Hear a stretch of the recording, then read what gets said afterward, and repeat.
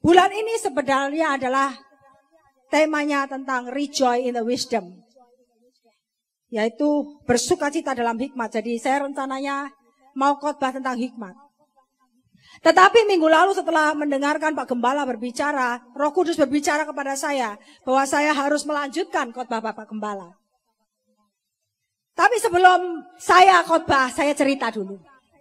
Di Amerika ada seorang gembala yang bernama Pastor Craig. Ini benar-benar kejadian, Bapak Ibu.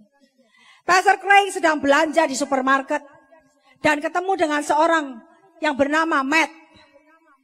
Nah, Matt ini belanja di supermarket yang sama bersama dengan istri dan kedua orang anaknya. Dan ketika dia melihat Pastor Craig, mereka sangat bersukacita dan mereka bilang, "Hey Pastor Craig, apa kabar?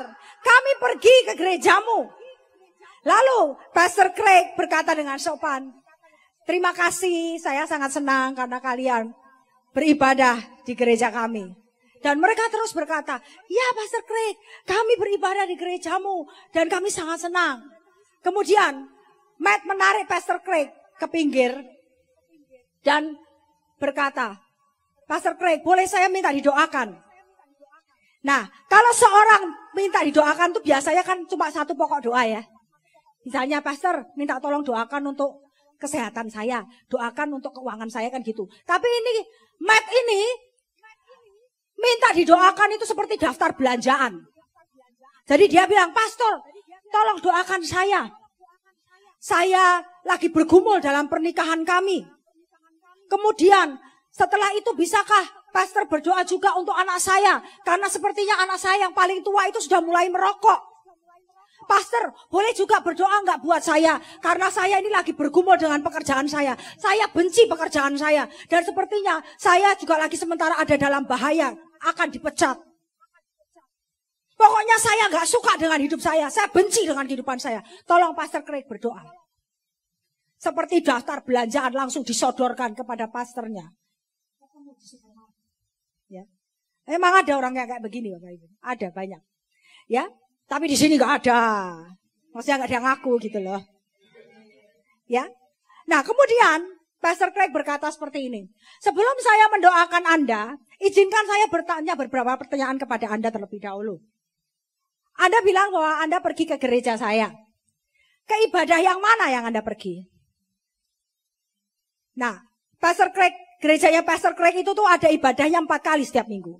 Hari Sabtu dan hari Minggu 3 kali seperti kita di sini. Nah, Pastor Craig nanya, "Anda pergi ibadah yang mana?" Terus Matt bilang begini, "Oh ya pokoknya salah satu dari hari Minggu itu."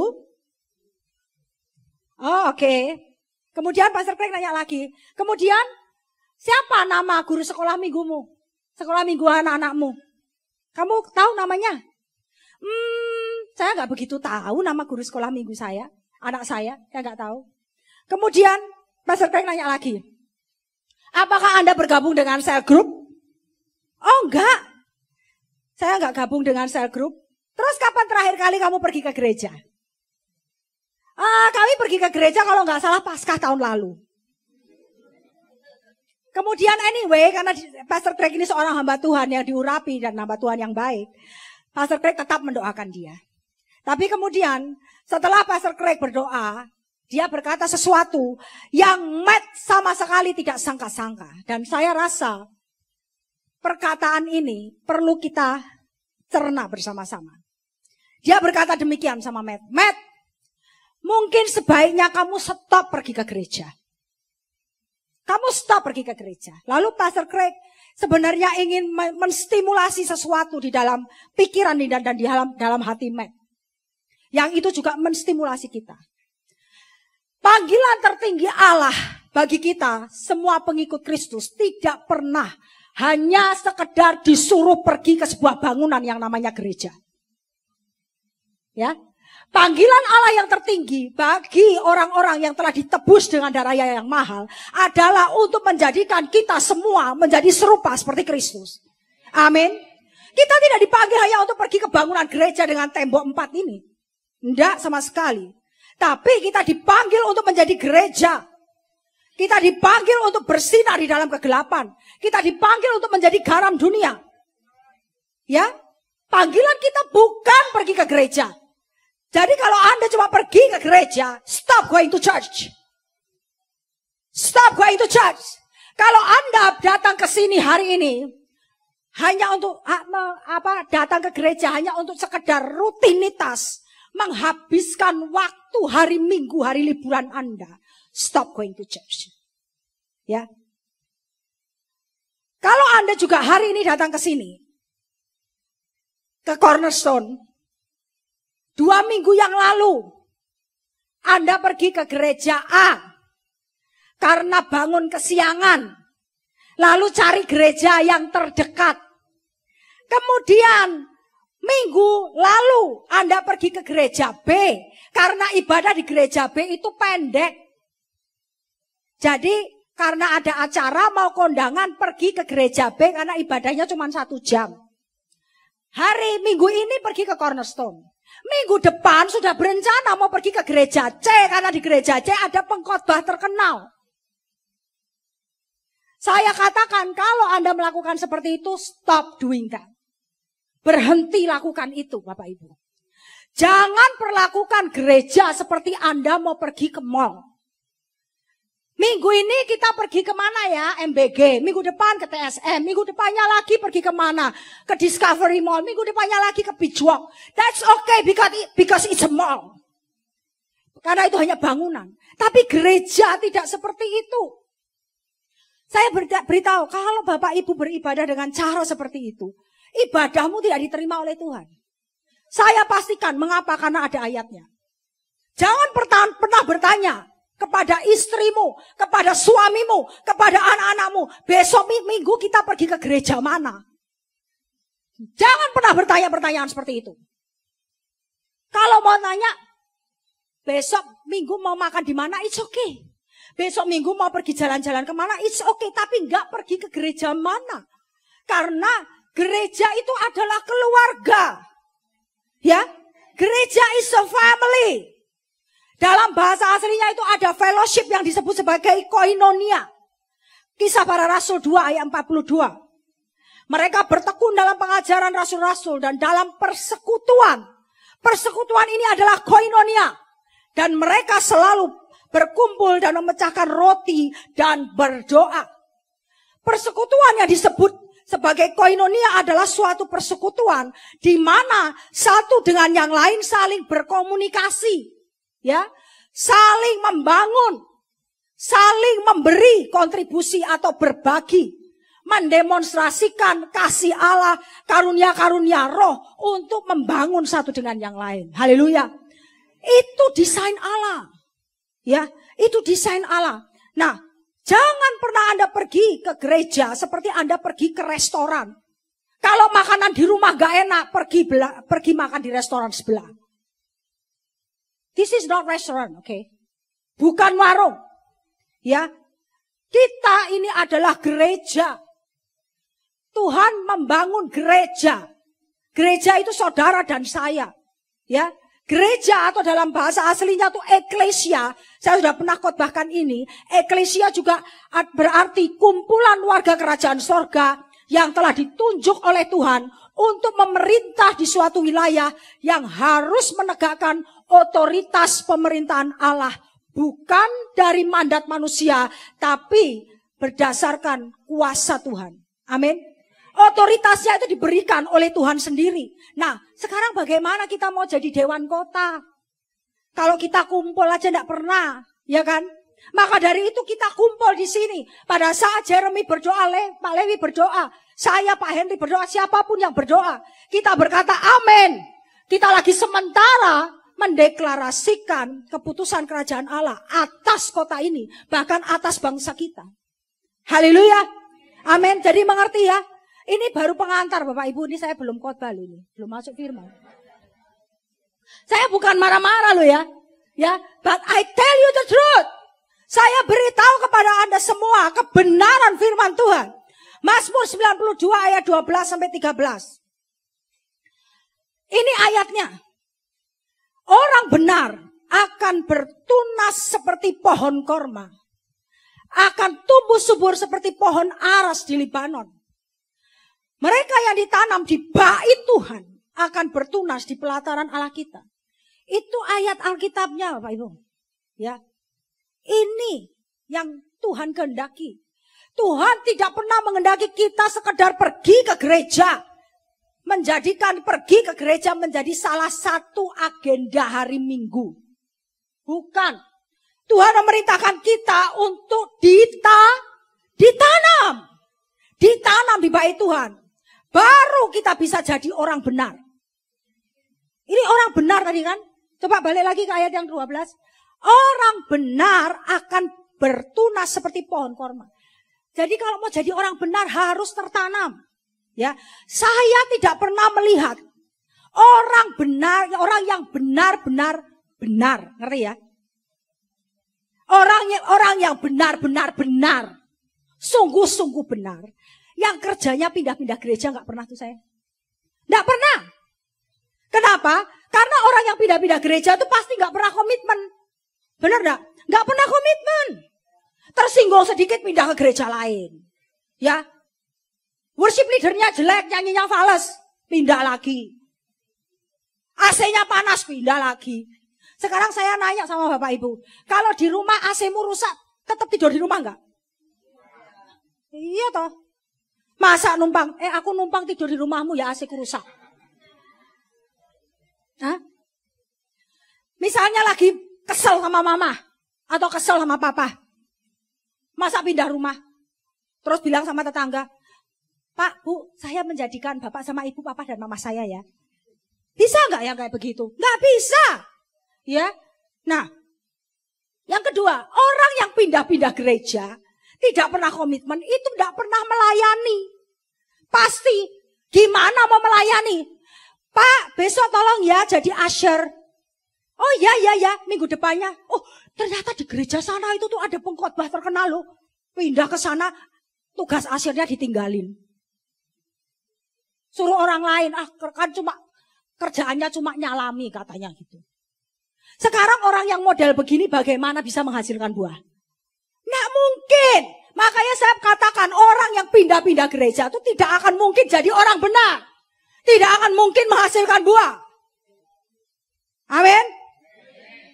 Hidupnya tidak akan menghasilkan apapun. Pasti. Mau berbuah bagaimana, mau bertunas saja baru nongol tunasnya kecil. Udah dicabut, dipindahin lagi. Yang ada mati. Ya, yang ada mati. Nah, sekarang mari kita bongkar kedua ayat di atas. Mengapa orang benar itu diibaratkan akan bertunas seperti pohon korma? Dalam terjemahan bahasa Inggris dikatakan, the righteous flourish like the palm tree. Apa yang dimaksud dengan flourish? Flourish itu berkembang, timbul, bertumbuh dengan subur, berhasil baik, dan menguntungkan atau prosper. Ya, menguntungkan. Sebuah pohon yang ditanam dengan baik itu pasti bertumbuh sehat. Ya, dan pasti akan menghasilkan buah yang baik, nggak cuma sekedar oke, tapi baik, gitu loh. Ya, dan warna daunnya hijau tua, subur, akarnya kuat, batang pohonnya itu tuh bagus, sehat. Nah, coba sekarang tolong Viko tampilkan video tentang pohon korma dulu. Ini video singkat, only 1 minute, tapi sangat memberkati.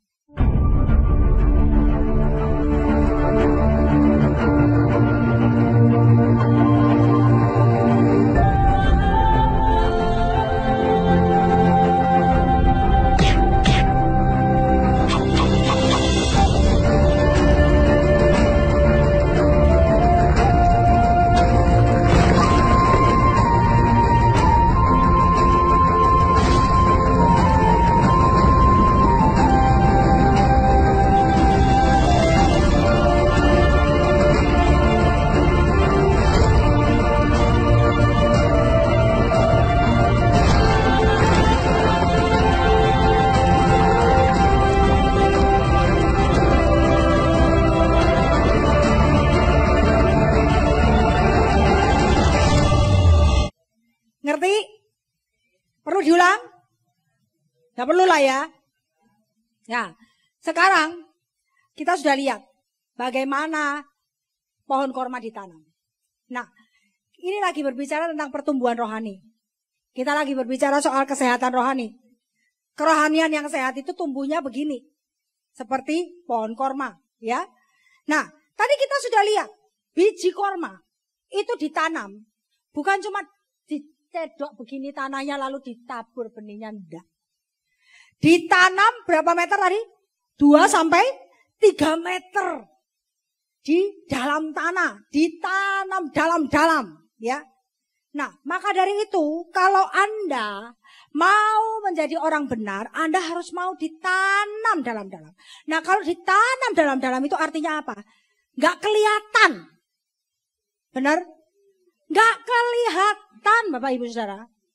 Jadi pada saat Anda lagi sementara tertanam, mau ditanam di satu gereja lokal, di bait Tuhan, proses yang pertama itu adalah Anda harus mau ditanam, Anda harus mau menjadi orang yang tidak kelihatan. I tell you, this is the truth. Kalau orang baru gabung atau mungkin baru baptis selam, ya, tapi dia mungkin sudah eksis di mana-mana.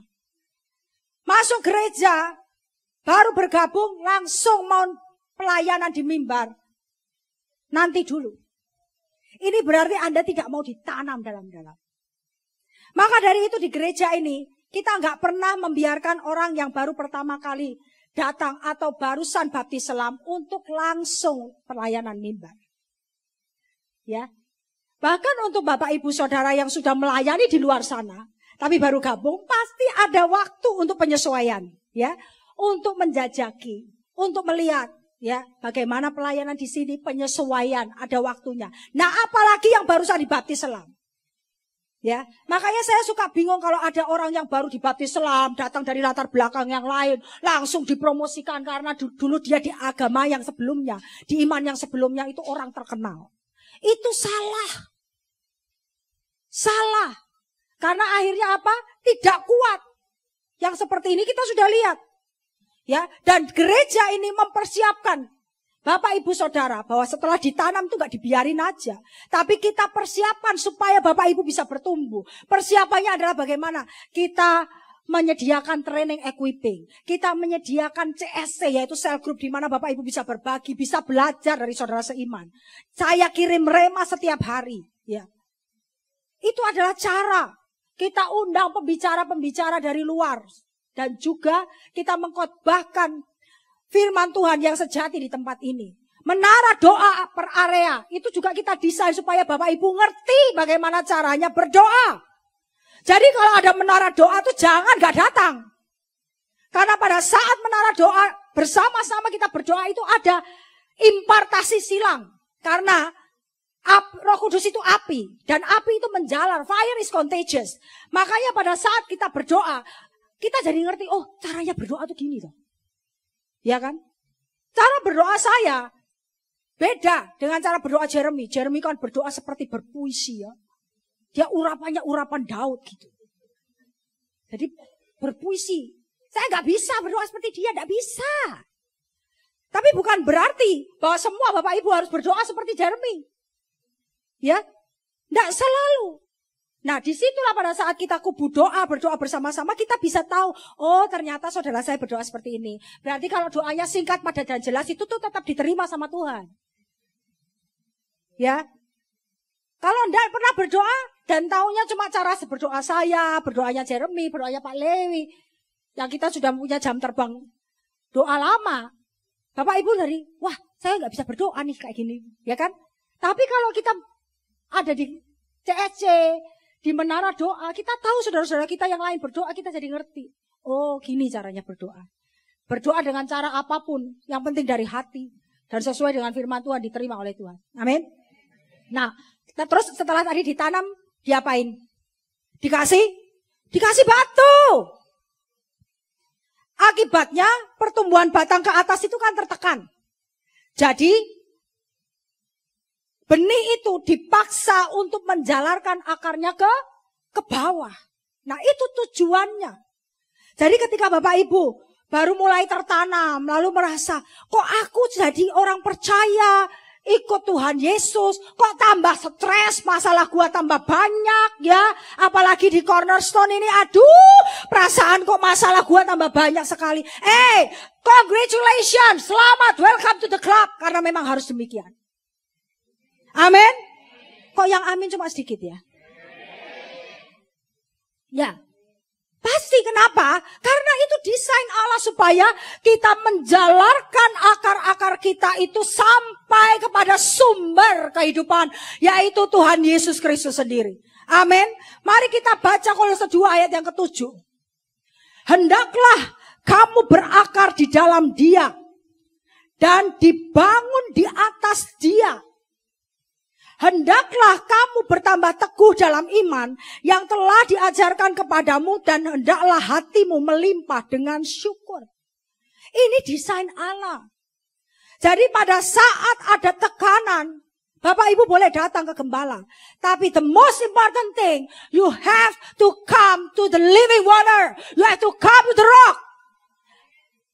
Bapak Ibu harus datang kepada sumber air kehidupan itu. Bapak Ibu harus datang kepada batu karang yang hidup, yaitu Tuhan Yesus sendiri. Amin. Itu desain Allah. Jadi Bapak Ibu mengalami Tuhan secara pribadi. Nah, setelah itu terjadi ketika Bapak Ibu bertumbuh seperti korma tadi, tidak akan goyah dengan segala macam badai hidup seperti apa.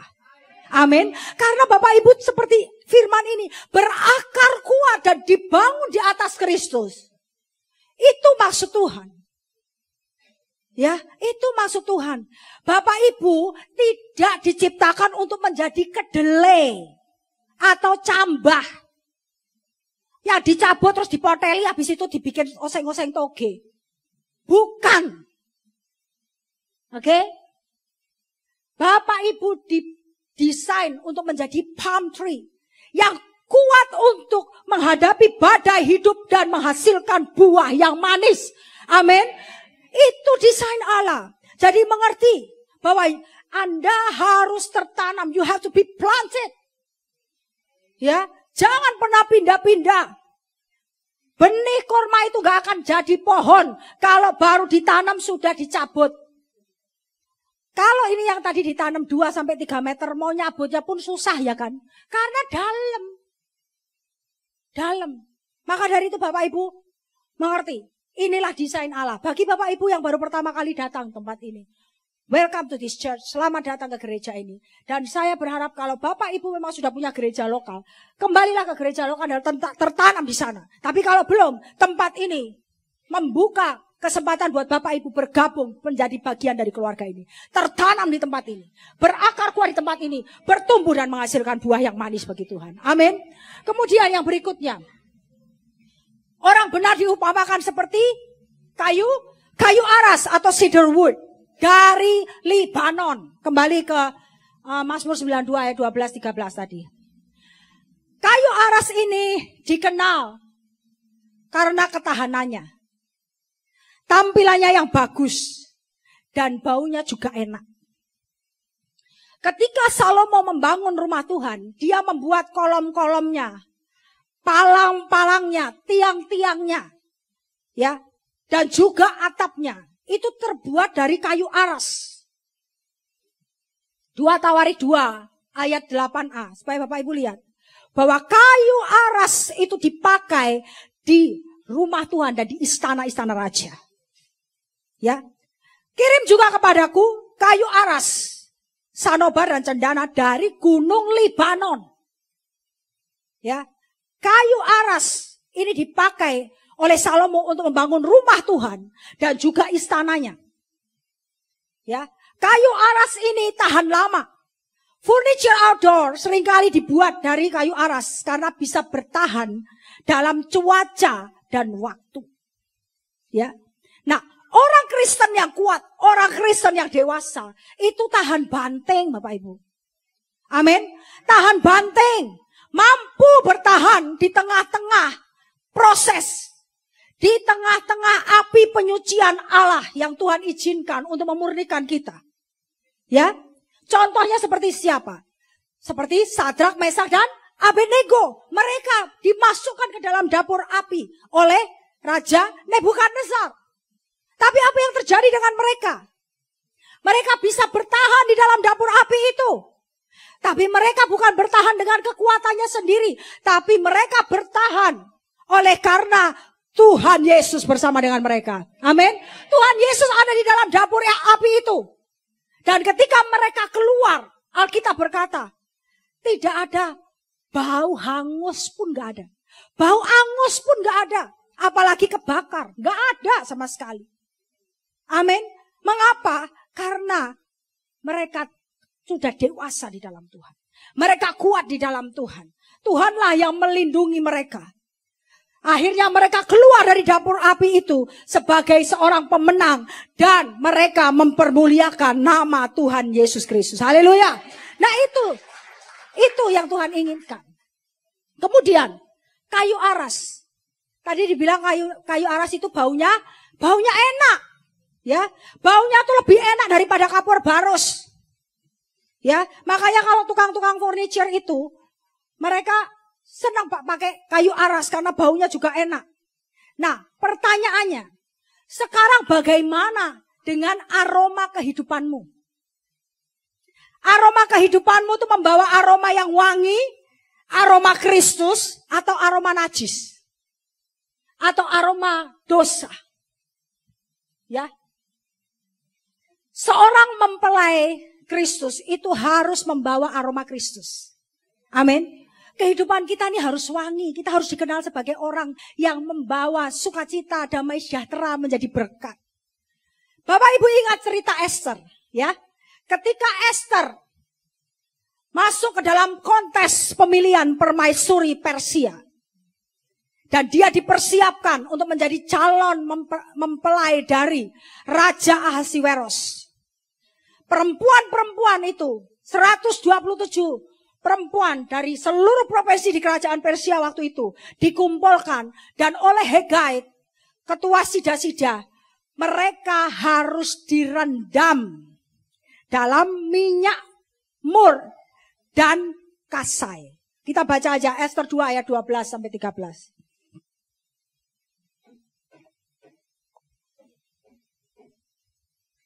Ya. Tiap-tiap kali seorang gadis mendapat giliran untuk masuk menghadap Raja Ahasiweros. Dan sebelumnya ia dirawat menurut peraturan bagi para perempuan. Selama 12 bulan, katakan 12 bulan itu berapa? Setahun. Sebab seluruh waktu itu digunakan untuk pemakaian wangi-wangian. 6 bulan untuk memakai minyak mur. Dan 6 bulan lagi untuk memakai minyak kasai. Serta lain-lain wangi-wangian perempuan. Lalu gadis itu masuk menghadap raja. Dan segala apa yang dimintanya harus diberikan kepadanya untuk dibawa masuk dari balai perempuan ke dalam istana raja. Jadi Bapak Ibu, Raja Ahasiweros itu memerintahkan supaya semua calon-calon permaisuri itu harus direndam. Direndam dengan minyak wangi. Setahun. Setiap hari. Bosen gak? Bosen. Setengah mati. Ya. Tujuannya kenapa harus direndam? Dalam minyak wangi. Supaya itu minyak wangi itu masuk sampai ke pori-pori. Bahkan sampai ke dagingnya. Gak ada lagi bau ketek, bau kaki, bau badan, bau-bau yang pengu-pengu, yang kecut-kecut, asem-asem itu gak ada lagi. Bau-bauan yang menyebabkan raja mual dan pengen muntah itu gak ada. Itu sebabnya direndam selama setahun. Ya, jadi coba yang punya masalah dengan bau ketek, bau kaki, bau badan, coba. Sampai di rumah itu rendam. Tapi jangan direndam dengan rinso ya. Atau molto. Ya. Jadi ngerti Bapak Ibu. Dan ini 6 bulan pertama. Kembali lagi ke yang tadi Esther 2 ayat 12. 6 bulan pertama itu direndam dengan minyak mur. Mur itu adalah minyak yang dipakai untuk mengurapi mayat. Ini berbicara tentang kematian bagi diri sendiri. Amin. Bapak Ibu Saudara harus mati bagi diri sendiri kalau mau mengeluarkan aroma Kristus. Selama Bapak Ibu masih egois, masih apa-apa, aku. Ya. Semuanya itu orbitnya itu ini senternya di sini, orbitnya itu orang-orang semua yang lain itu muter di sekelilingnya, pusatnya ini. Pusatnya aku. Nah, itu enggak akan bisa membawa kewangian, membawa aroma Kristus, enggak bisa. Yang begini. Orang yang hanya mau dilayani dan tidak mau melayani tidak akan pernah bisa membawa aroma Kristus. Jadi 6 bulan pertama itu adalah mati bagi diri sendiri. Minyak mur itu harus direndam dulu di situ. Kemudian minyak kasai. Nah, minyak kasai ini merupakan campuran dari kemenyan dan kayu manis. Kemenyan itu dipakai untuk apa? Pembakaran ukupan. Merupakan salah satu ingredients ya. Satu rempah yang dipakai untuk membakar ukupan. Semakin dibakar semakin wangi. Ya, kemenyan tuh gitu. Nah, kalau kita lagi sementara ada di dalam dapur api pencobaan, nggak ada yang ngoceh-ngoceh, komplain, bersungut-sungut. Tapi kita semakin wangi di hadapan Tuhan dan juga di hadapan sesama. Orang melihat kita, ini lagi bergumul luar biasa. Tapi kok dia tersenyum, dia bersuka cita, ya dia tetap semangat memuji Tuhan. Nah, itu baru baumu wangi. Ya, tetapi ada dalam pergumulan, nggak usah ngomong, orang lihat wajahmu langsung tahu. Wajahmu tuh seperti pepaya. Panjang masa di musim hujan. Udah panjang. Gak enak didelok lah pokoknya ya. Gak enak dilihat. Ya. Nah, ini kemenyan. Semakin dibakar semakin wangi. Kemudian kayu manis. Ya. Rempah yang kedua, campuran dari minyak kasai ini ada kayu manis. Nah, kayu manis ini dipakai untuk apa? Untuk obat, untuk bumbu, dan juga untuk parfum. Nah, ini melambangkan kehidupan yang manis. Melambangkan kebaikan. Ya, hidup kita harus memancarkan kebaikan Allah. Kehadiran kita ini menjadi berkat buat banyak orang. Membuat orang lain itu senang dengan kita. Diberkati, ya. Jadi, seperti Yesus. Tuhan Yesus pergi kemana-mana itu tuh dicari orang kan. Bahkan dia sudah menyingkir pun dicari orang. Karena apa? Karena baunya harum. Karena kemanapun dia pergi, dia melakukan kebaikan. Nah ini, Bapak Ibu. Kita harus membawa aroma Kristus seperti ini. Seperti yang dilambangkan oleh Esther tadi. Yang harus direndam selama setahun. Dengan minyak mur dan minyak kasai. Ya. Kemudian kayu aras itu juga berfungsi untuk mengusir rayap. Ya, maka dari itu banyak orang-orang yang tukang buat furniture itu membingkai lemari dengan panel dari kayu aras. Supaya nggak ada rayapnya. Panel-panel kebanyakan dibuat dari kayu aras. Atap-atap dibikin dari kayu aras supaya nggak dimakan rayap. Nah, rayap itu binatang memakan kayu. Ya. Nah, hal ini bisa melambangkan, rayap ini bisa melambangkan roh jahat yang akan memakan kehidupan rohani kita. Dan juga kehidupan rohani orang lain. Kalau kita menjadi seperti kayu aras, maka kita bisa mengusir roh jahat yang datang kepada kehidupan kita dan juga kepada kehidupan orang lain. Amin. Itu yang Tuhan mau. Dan baru setelah itu Tuhan bilang itu orang benar tuh loh. Ya, orang benar itu seperti pohon korma dan seperti pohon aras. Ya, ayat 13.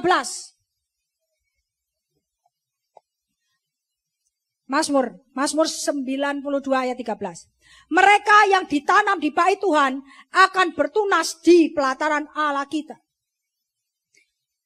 Allah tidak berkata bahwa mereka yang hanya pergi ke gereja akan bertumbuh dengan subur. Ya. Tetapi hanya mereka yang ditanam di rumah Tuhan, di dalam bait Tuhan, di dalam satu gereja lokal, baru mereka bertumbuh dengan subur. Berbuah dan makmur dikatakan, prosper. Karena flourish itu prosper artinya juga. Ya.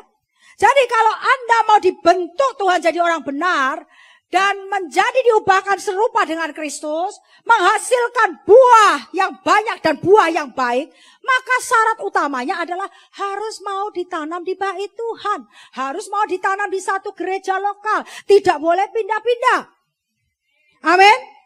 Nanti saya cerita di bawah kenapa nggak boleh pindah-pindah juga. Sekarang saya bahas dulu ayat yang 14 dan 15. Ini adalah akibat yang luar biasa ketika seseorang ditanam di bait Tuhan. Pada masa tua pun mereka masih berbuah, menjadi gemuk dan segar untuk memberitakan bahwa Tuhan itu benar, bahwa Ia gunung batuku dan tidak ada kecurangan padanya. Ini janji Tuhan. Orang-orang yang mau tertanam di bait Tuhan itu di masa tuanya yang pertama adalah masih berbuah. Ya, kalau orang yang mau ditanam di bait suci itu sampai tua tetap menghasilkan buah. Coba lihat bapak-bapak patria kita. Abraham, Ishak, Yakub, termasuk Musa, Harun, Samuel, Daud, dan banyak pahlawan-pahlawan iman yang ditulis di dalam Alkitab. Hidup mereka itu sangat signifikan, bahkan ketika mereka masih sudah tua. Mereka sudah tua tuh mereka masih sangat kuat, ya. Dan saya ambil satu contoh yang paling membuat saya terpukau itu adalah Musa. Makanya saya kasih nama anak saya itu Moses. Karena tokoh ini menurut saya sangat luar biasa. Bilangan 31 ayat 1 sampai 2. Ya. Menurut saya, Musa ini adalah seorang yang benar-benar menunjukkan kemanusiaannya, tapi juga ketaatannya yang mutlak sehingga dia bisa mengatasi kemanusiaannya. Dia bikin salah, tapi dia bangkit lagi. Dia bangkit dan mengakhiri hidupnya dengan signifikan. Ini yang luar biasa dari Musa. Nah, Bilangan 31 ayat 1 dan 2.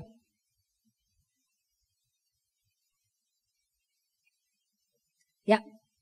Tuhan berfirman kepada Musa, lakukanlah pembalasan orang Israel kepada orang Midian, kemudian engkau akan dikumpulkan kepada kaum leluhurmu. Bapak Ibu baca ayat ini nih, mikir enggak? Ada yang aneh enggak? Ini Tuhan lagi ngomong, Musa, lu sudah mau mati. Ini saya bahasain gini aja ya. Musa, lu sudah mau mati, tapi sebelum lu mati lu perang dulu ya. Kasarannya gitu loh. Ya kan? Lakukanlah pembalasan pada orang Israel kepada orang Midian, kemudian engkau akan dikumpulkan kepada kaum leluhurmu. Sebelum lu mati, lu harus perang dulu lawan Midian. Keren kan? Keren banget ini. Dan dia sudah umur berapa? 120 tahun. 120 years old. Bukan lagi perjaka kinyis-kinyis. Bukan lagi juga umur 40 tahun. Ya. Tapi apa yang dilakukan oleh Musa? Apa respon Musa? Hah? Dia nggak ngomong, Tuhan, saya ini udah umur 120 tahun loh Tuhan. Saya ini udah capek loh. Pelayanan 40 tahun, apalagi Tuhan tahu ngurusin jemaatmu yang luar biasa, keras kepala, tegar tengkuk, pemberontak, berkali-kali aku mau dibunuh. Apa nggak ada yang lebih muda aja sih Tuhan?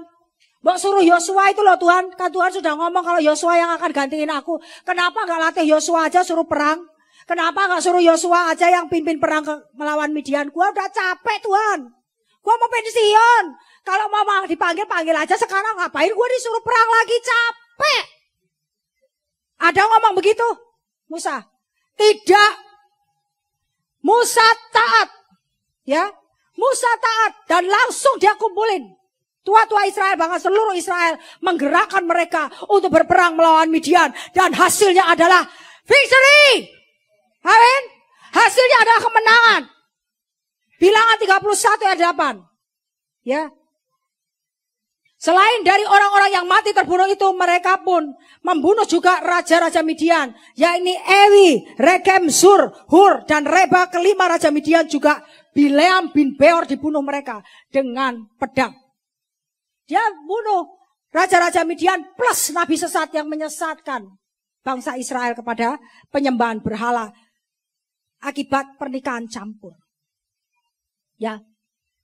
Dan jangan lupa, Musa juga dicatat sebagai seorang yang setia di rumahnya. Bilangan 12 ayat 7. Musa ini orang yang setia. Makanya saya senang dengan tokoh Musa. Bukan demikian, hambaku Musa. Seorang yang setia dalam segenap rumahku. Dia setia. Mau ada masalah apapun, bahkan sampai berkali-kali mau dibunuh sama jemaatnya sendiri.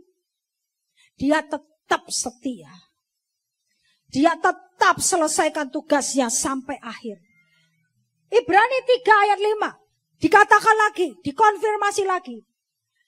Dan Musa memang setia dalam segenap rumah Allah sebagai pelayan untuk memberi kesaksian tentang apa yang akan diberitakan kemudian. Musa tahu bahwa dia ini lagi sementara mempersiapkan kedatangan Yesus yang akan datang ribuan tahun kemudian.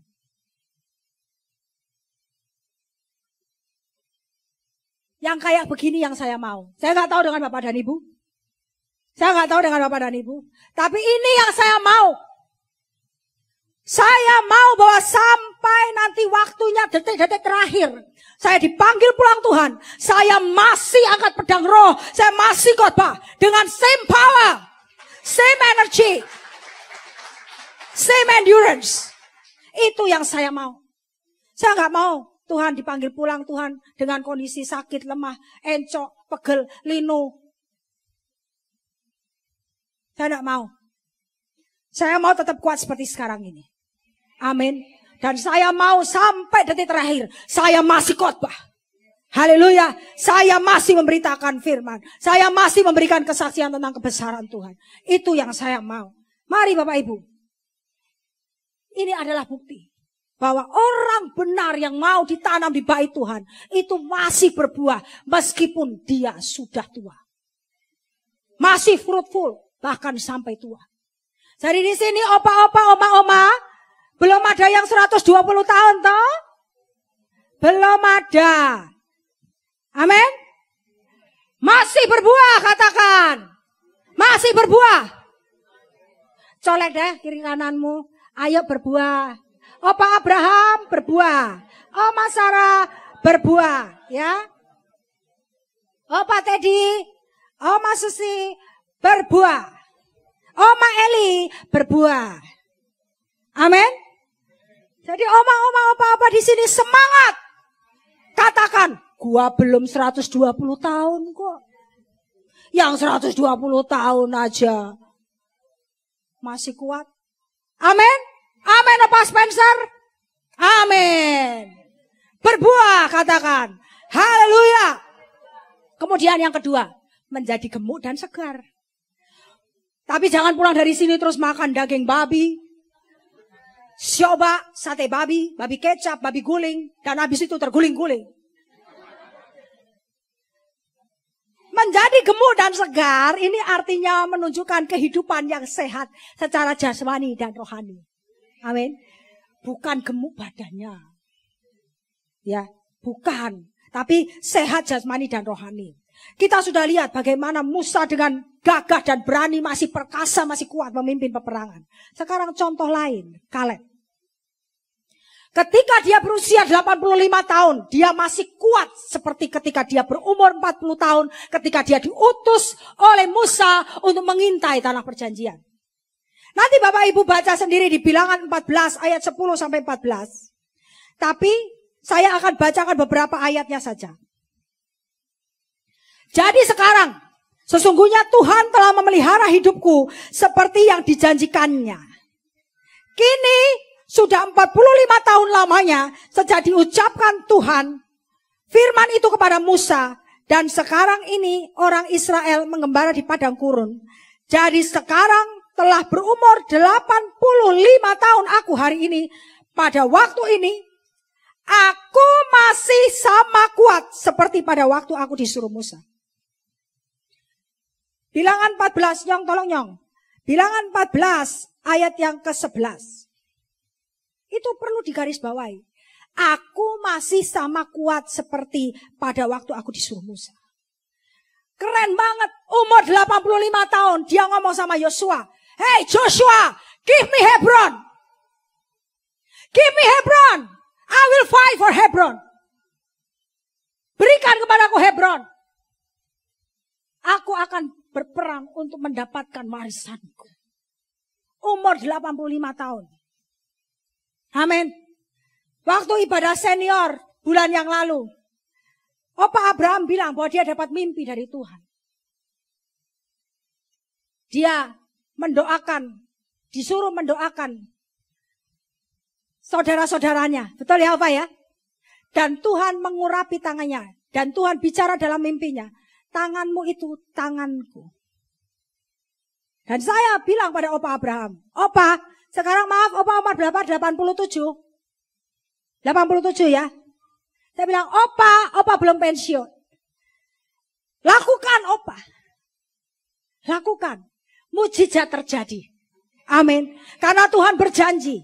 Karena Tuhan yang berjanji. Tanganmu adalah tanganku, kata Tuhan. Waktu Opa meletakkan tangan. Berdoa bagi yang sakit. Yang sakit sembuh. Amin. Nah, itu yang Tuhan inginkan. Ya, seperti Kaleb. Ya. Dan kemudian, singkat cerita, Kaleb menerima Hebron.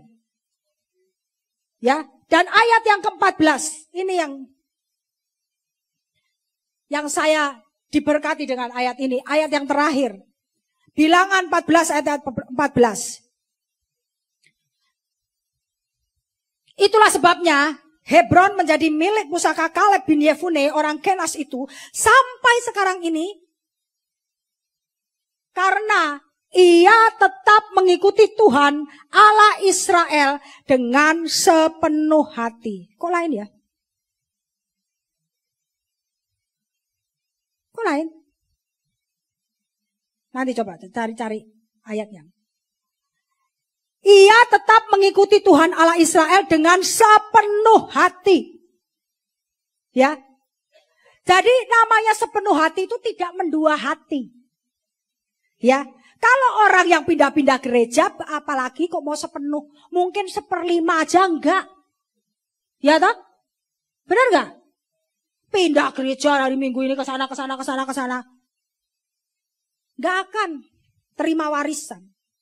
Enggak akan ya mengalami kehidupan yang gemuk dan segar, masih bisa terima warisan rohani pada saat dia sudah tua. Ya. Ini semuanya adalah berkat yang Tuhan berikan kepada orang-orang yang mau tertanam. Ya. Contoh yang lain adalah Daud. 1 Tawarikh 29 ayat 28.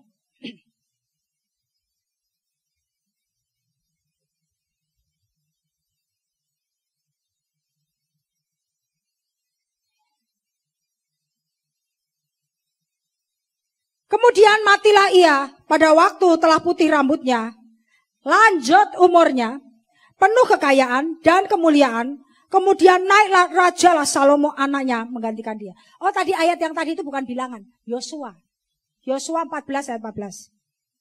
Yosua. Nih lihat ya. Daud mati gak dibilang dengan stroke.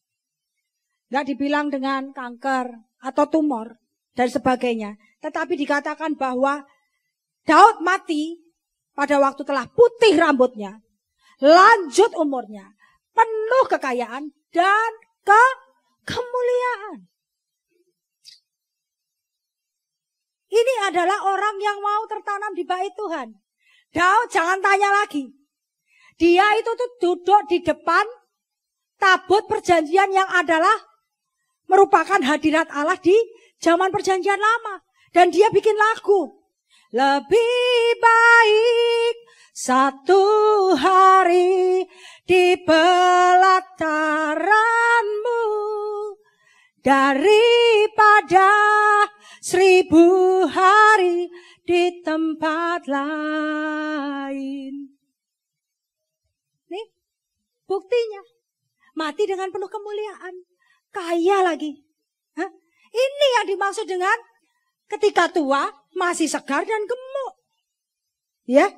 Nah, Ini ada cerita tentang opa-opa. Ada seorang kakek yang merayakan ulang tahunnya yang ke-100. Tapi kakek ini badannya masih sangat atletis dan sangat sehat. Ya. Dan semua undangan itu terkagum-kagum memuji opa-opa. Luar biasa opa ya. Umur 100 tahun, badan masih sehat, masih atletis. Apa dong rahasianya opa? Bagi ke kita dong yang masih muda-muda ini. Ya. Kemudian, baiklah anak-anakku dan cucu-cucuku. Saya akan membagikan rahasia hidup sehat dan kuat sampai usia 100 tahun. Sebenarnya ketika saya dan oma kalian ini menikah, kami sudah menikah 75 tahun. Dan ketika kami menikah 75 tahun yang lalu, kami membuat ikrar janji suci. Bahwa pada setiap kali kami bertengkar, dan kemudian ketahuan siapa yang bikin salah, maka yang bikin salah itu harus keluar rumah dan lari keliling perumahan 10 kali. Jadi itu rahasia kesehatannya. Jadi selama 75 tahun pernikahan, ternyata yang salah tuh opa terus. Jadi opa yang harus lari keliling perumahan setiap kali habis bertengkar. Ini banyak yang melongo, ini gak ngerti ya, gak nyangkut ini kayaknya. Nah, bikin komitmen kayak gitu aja. Yang ketahuan terbukti salah, lari keliling perumahan 10 kali. Sehat ya. Ya ini joke ya. Kita nggak boleh bertengkar. Amin. Sebelum matahari terbenam harus selesai. Ya. Nah, coba kita lihat lagi juga Kaleb. Kenapa sih dia sampai bisa kuat dan menerima warisan yang luar biasa di usia tua? Firman Tuhan berkata bahwa dia memiliki roh yang lain. Bilangan 14 ayat 24.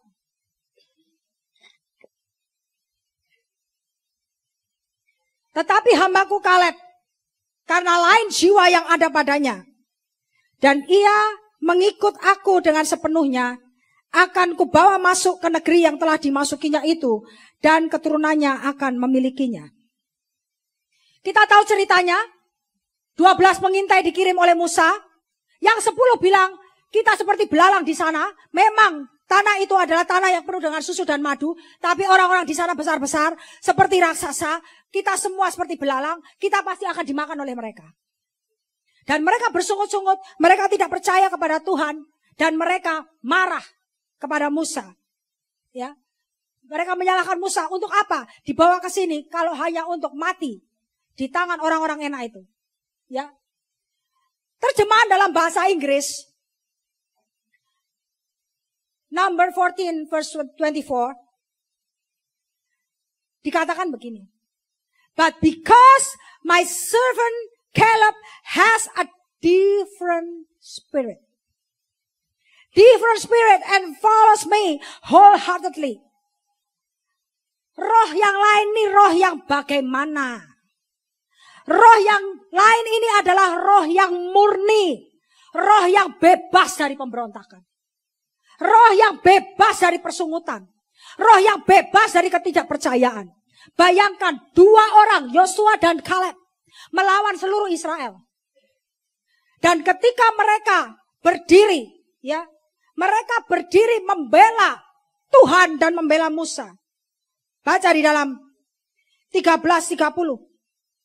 Bilangan 13:30. Kaleb berdiri untuk membela Musa, otoritas rohaninya, dan juga Tuhan. Dia berkata seperti ini. Kemudian Kaleb mencoba menenteramkan hati bangsa itu di hadapan Musa. Katanya, tidak, kita akan maju dan menduduki negeri itu, sebab kita pasti mengalahkannya. Dia berdiri dengan berani dan menyatakan imannya kepada Tuhan. Dia berdiri mendampingi Musa untuk berbicara kepada bangsa Israel bahwa apa yang dikatakan itu, yang dikatakan oleh Musa itu benar. Ya, dan bahwa mereka pasti akan menduduki tanah perjanjian. Yang penting mereka percaya. Amin. Kaleb gak ikut-ikutan dengan arus mayoritas, ya. Dia tidak ikut mainstream. Dia berani berdiri di atas dasar kebenaran. Ya. Kemudian di dalam Bilangan 14 ayat 6 sampai 10. Tetapi Yosua bin Nun dan Kaleb bin Yefune yang termasuk orang-orang yang telah mengintai negeri itu mengoyakkan pakaiannya dan berkata kepada segenap umat Israel, negeri yang kami lalui untuk diintai itu adalah luar biasa baiknya. Jika Tuhan berkenan kepada kita, maka Ia akan membawa kita masuk ke negeri itu dan akan memberikannya kepada kita suatu negeri yang berlimpah-limpah susu dan madunya. Hanya janganlah memberontak kepada Tuhan. Dan janganlah takut kepada bangsa negeri itu, sebab mereka akan kita telan habis. Yang melindungi mereka sudah meninggalkan mereka, sedang Tuhan menyertai kita. Janganlah takut kepada mereka. Lalu segenap umat itu mengancam, hendak melontari kedua orang itu dengan batu. Tetapi tampaklah kemuliaan Tuhan di kemah pertemuan kepada semua orang Israel. Dia berdiri bersama dengan Yosua, menopang pemimpin-pemimpin rohani mereka, menguatkan hati bangsa Israel. Meskipun konsekuensinya mereka dilemparin batu, mereka nggak peduli. Ya, ini yang membuat mata Tuhan tertuju kepada Kaleb. Berkata semua nggak masuk, yang masuk ini orang ini doang. Karena dia punya roh yang lain, roh yang murni, roh yang sepenuh hati ikut Tuhan, roh yang tidak memberontak, roh yang bebas dari persungutan, roh yang bebas dari ketidakpercayaan. Orang-orang Israel yang lain mati semua di padang gurun karena mereka tidak percaya. Dan Tuhan berkenan oleh karena perkataan mereka berdua. Sehingga kemuliaan Tuhan itu nampak di kemah pertemuan. Amin. Tuhan selalu menyertai orang-orang yang setia. Tuhan selalu menyertai orang-orang yang mau tertanam. Milikilah roh seperti Kaleb anak-anak. Yang cinta dan takut akan Tuhan. Taat dan hormat kepada pemimpin rohani. Dan juga setia melayani di tempat di mana Tuhan telah menempatkan kita. Setia sampai akhir. Amin. Setia sampai akhir. Bahkan ketika Musa berkata bahwa Tuhan berkata bahwa yang lain ini harus mati di padang gurun. Yosua dan Kaleb. Mereka gak salah apa-apa. Tapi mereka harus menunggu 38 tahun lagi. 38 tahun loh. Bukan 3 tahun 8 bulan. Bukan. 38 tahun. Untuk menunggu generasi kedua. Mereka bertumbuh. Yang lain sudah mati. Baru mereka bisa masuk ke tanah perjanjian. Ada tercatat di dalam Alkitab bahwa Kaleb marah-marah? Enggak ada. Dia enggak ada komplain sama Musa. Musa gua kan gak salah. Kenapa gua harus nungguin mereka yang bandel-bandel ini? Enggak ada. Enggak ada komplain. Dia sabar nunggu teman-temannya. Dia sabar nunggu waktu Tuhan. Enggak ada komplain. Ya. Nah, kemudian Bapak Ibu. Tujuan kita menjadi orang benar adalah seperti apa yang tercantum di dalam ayat 15. Mazmur 92 ayat 15. Yaitu untuk memberitakan bahwa Tuhan itu benar. Ya, bahwa Ia gunung batuku. Dan tidak ada kecurangan padanya. Ya. Ini tujuannya. Nah, kemudian Bapak Ibu bertanya, Bu, saya sudah jadi Kristen ini sudah lama banget, sudah puluhan tahun. Tapi kok saya merasa hidup saya nggak kayak gini ya. Saya bahkan ragu Tuhan ini sebenarnya ada nggak sih? Tuhan itu ada nggak sih? Boro-boro memberitakan Tuhan itu benar. Keberadaan Tuhan aja mulai ragu-ragu. Soalnya hidup saya kok tidak berubah. Hidup saya kok gini-gini mulu. Saya tidak ada damai sejahtera, nggak ada sukacita, tambah stres tiap hari, tidak ada jalan keluar dan lain-lain. Bapak Ibu, 2 minggu yang lalu, ada seorang anak muda datang dari Jember. Dia dibesarkan dari keluarga saudara sepupu kita. Tapi kemudian ketika SMA, dia mengalami Tuhan dan ambil keputusan untuk ikut Yesus. Tapi setelah itu, dia bertumbuh mengalami banyak masalah dalam kehidupannya. Dan dia kecewa dengan Tuhan. Ini di Jember, Jawa Timur. Satu kampung dengan Mbak Lina ya. Nanti kalau sore ketemu Mbak Lina. Nah, orang ini cari khotbah. Mencari khotbah di YouTube. Cari khotbah. Ini mana sih khotbah yang benar? Karena dia dikecewakan oleh gereja. Dikecewakan oleh gereja. Dia cari sampai ketemu khotbahnya Pak Henry. Terus dia cari khotbahnya Pak Gembala. Dengerin. Akhirnya mencari GBI Cornerstone. Ketemu nomor teleponnya Pak Lewi. Ya, benar Pak Lewi ya. Dan hubungi Pak Lewi. Dan tahu nggak Bapak Ibu saudara? Ini orang jauh-jauh dari Jember. Jual semuanya. Memutuskan untuk pindah ke sini. Datang ke sini. Minta dimuridkan di tempat ini. Dan jadi anak rohani di tempat ini. Dan dia kemarin hari Kamis ya. Ketemu dengan saya dan Bapak. Nah, dia bicara panjang dan lebar. Dia bilang, Pak, saya dengarkan khotbah Bapak dan saya baru ngerti. Ini loh kekristenan yang benar. Dan saya sudah cari-cari makanya saya putuskan. Emangnya kurang hamba Tuhan Pak di Jawa. Aku harus ke sini. Saya nggak ngomong bahwa kita ini perfect ya. Tapi sudah 2 orang yang seperti ini. Yang satu lagi itu Alin. Dari Jakarta. Alin juga sama. Dengar khotbah. Dan dia kemudian merasa bahwa Tuhan suruh dia ke Bali. Belajar di sekolah Alkitab kita. Dia tinggalin kerjanya di Jakarta. Pindah ke sini. Dan sekarang lagi kuliah di STTIC. Dan merintis di Bangli.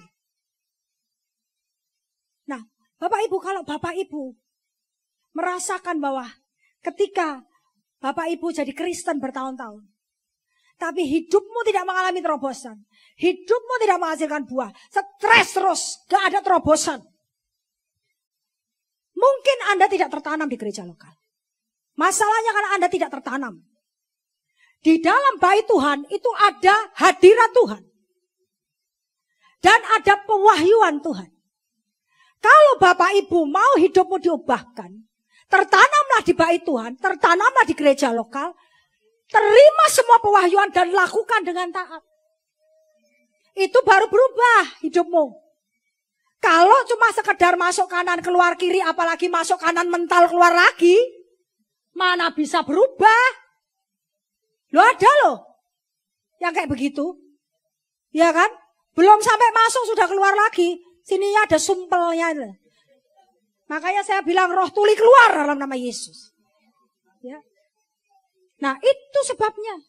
Kalau Anda tidak tertanam di satu gereja lokal, ya, kemudian seandainya pun tertanam, tapi sak geleme dewe, itu bahasa Ibrani. Ya, semau gue, tidak mau taat, tidak mau diatur, ya jelas gak akan terjadi terobosan. Gak akan terjadi apapun dalam hidupmu. Ya, atau bisa jadi seperti anak muda dari Jember ini. Anda ada di gereja yang salah. Ya, saya beritahu, tidak semua gereja sama. Tidak semua gereja itu sama. Dari zaman Rasul Yohanes, baca kitab Wahyu pasal 2 dan 3. Ulang baca. Itu ada surat kepada 7 jemaat. 7 churches. Oke. Itu yang nulis surat itu Tuhan Yesus kepada jemaat-jemaat ini untuk disampaikan kepada jemaat ini oleh Rasul Yohanes. Betul kan? Ya kan? Saya bacakan singkat ya. 7 gereja ini memiliki rapot yang beda-beda dari Tuhan. Jemaat Efesus itu jemaat yang giat pelayanan, tetapi kehilangan cinta mula-mula. Smyrna, nah ini jemaat yang dipuji Tuhan. Jemaat yang menderita karena kebenaran. Mereka disebut miskin, tetapi kaya di mata Tuhan. Kemudian yang ketiga, jemaat Pergamus. Jemaat ini kompromi dengan ajaran sesat Bileam dan menjadi pengikut Nikolaus. Jemaat Tiatira, kompromi dengan roh Isabel. Jemaat Sardis, gereja ini kelihatannya hidup, tapi sebenarnya mati. Pekerjaannya tidak ada yang sempurna di hadapan Tuhan. Ya. Kemudian jemaat Philadelphia, ini juga jemaat yang dipuji oleh Tuhan. Jemaat yang menuruti firman Tuhan, tidak menyangkal nama Allah, dan tekun menantikan Tuhan. Tetapi ada di antara mereka yang jemaat iblis. Dan jemaat iblis ini akan dibuat Tuhan bertekuk lutut di hadapan mereka. Kemudian yang terakhir, Laodikia. Laodikia ini jemaat yang suam-suam kuku. Tidak dingin, tidak panas. Tuhan bilang apa? Akan dimuntahkan. Jemaat yang merasa kaya. Banyak duit. Gereja ini banyak banget duitnya. Tetapi sebenarnya di hadapan Tuhan, malang, miskin, buta, telanjang. Jadi sejak zaman Rasul Yohanes, yang hitungannya aja masih zaman gereja mula-mula. Gereja aja sudah gak sama nih, ya. Ini saya kalau ngomong di mimbar itu selalu ada dasar kebenaran Alkitabnya. Jadi kalau ada yang ngomong semua gereja sama, saya beritahu, tidak semua gereja sama. I tell you. Ini 7 jemaat yang dipuji Tuhan cuma 2, yang 5 dicela oleh Tuhan. Jadi kalau Anda mau bertumbuh atau tidak, itu tergantung dari di mana Anda ada. Di gereja lokal mana Anda tertanam. Ya. Apalagi ini akhir zaman. 7 jemaat ini mewakili potret seluruh gereja Tuhan. Dan terutama di akhir zaman. Kalau di zaman gereja mula-mula, ini sekitar tahun 90-an Masehi. Surat kepada jemaat ini, kitab Wahyu ditulis oleh Rasul Yohanes. Itu aja sudah ada yang sesat model kayak begini. Dari 7, 5 dicela oleh Tuhan. Yang dipuji cuma 2. Apalagi zaman sekarang. Di mana ada jutaan gereja, ratusan denominasi, berbagai macam doktrin. Bagaimana bilang semua gereja sama? Bagaimana bisa bilang bahwa gereja yang menikahkan gay, lesbian itu sama? Bagaimana gereja yang menyetujui perceraian itu sama? Bagaimana gereja yang menyetujui minum mabuk dan sebagainya? That's okay. Nggak bisa. Ya, maka dari itu, Bapak Ibu, Anda tertanam di mana? Itu akan menentukan Anda menerima warisan kekekalan apa. Jangan masuk neraka berjamaah, Bapak Ibu. Lah ya. Lah bagaimana sekarang kalau pendetanya aja berzina? Pendetanya minum mabuk dan mengajarkan kepada jemaat, that's okay. Dan jemaatnya gak pernah baca Alkitab. Jadi semuanya bilang, oh Pak Gembala ngomong, gak apa-apa kok berzina. Gak apa-apa minum mabuk. Kawin lagi gak apa-apa. Ya aku gak apa-apa kalau gitu. Gimana gak masuk neraka berjamaah? Masuk neraka berjamaah Bapak Ibu.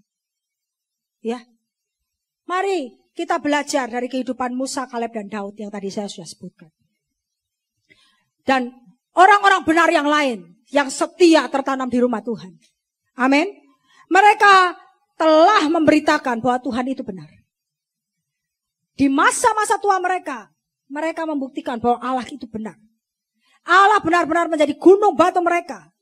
Dan sepanjang umur hidup mereka telah membuktikan bahwa janji Tuhan itu ya dan amin. Tidak ada kecurangan pada Tuhan. Ya, jangan pernah berkata bahwa kenapa hidupku begini? Kenapa Allah tidak memberkati saya? Cek dulu hidupmu. Kalau apa yang dijanjikan kepada orang-orang yang tadi sudah saya sebutkan, Musa, Kaleb, Daud, semua yang dijanjikan Tuhan kepada mereka tidak ada yang gagal. Demikian juga Tuhan yang mereka sembah itu sama dengan Tuhan yang kita sembah. Amin. Pasti kalau Anda benar, Tuhan akan memberkati. Amin. Haleluya. Mari bangkit berdiri.